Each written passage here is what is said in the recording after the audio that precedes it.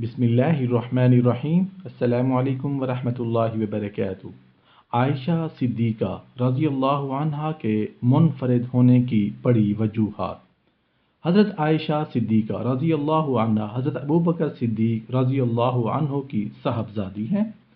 ان کی ماں کا نام رومان ہے۔ ان کا نکاح حضور اقدس صلی اللہ علیہ وآلہ وسلم سے قبل ہجرت مکہ میں ہوا تھا، لیکن کاشانہ نبوت میں یہ مدینہ منورہ کے اندر شوال 2 ہجری میں آئیں۔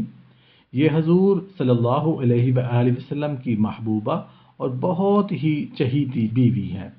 حضور اقدس صلی اللہ علیہ وآلہ وسلم کا ان کے بارے میں ارشاد ہے کہ کسی بیوی کے لحاف میں میرے اوپر وحی نہیں اتری، مگر حضرت عائشہ صدیقہ جب میرے ساتھ نبوت کے بستر پر سوتی رہتی ہیں تو اس حالت میں بھی مجھ پر وحی اترتی رہتی ہے۔ سبحان اللہ۔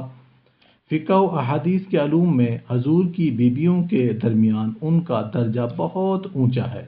بڑے بڑے صحابہ ان سے مسائل پوچھا کرتے تھے۔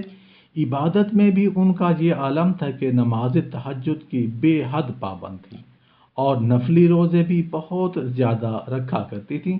سخاوت، صدقات و خیرات کے معاملہ میں بھی حضور صلی اللہ علیہ وآلہ وسلم کی سب بیویوں میں خاص طور پر بہت ممتاز تھیں۔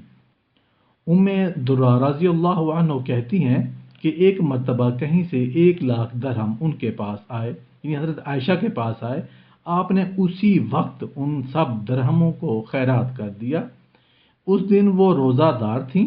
میں نے عرض کیا کہ آپ نے سارے درہموں کو بانٹ دیا اور 1 درہم بھی آپ نے باقی نہیں رکھا کہ اس سے گوشت خرید کر آپ روزہ افطار کرتی۔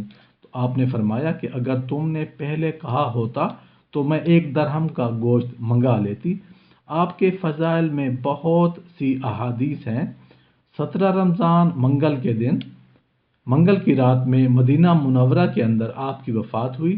حضرت ابو ہریرہ رضی اللہ عنہ نے آپ کی نماز جنازہ پڑھائی اور رات میں دوسری ازواج مطہرات کے پہلو میں جنت البقیع کے اندر مدفون ہوئی۔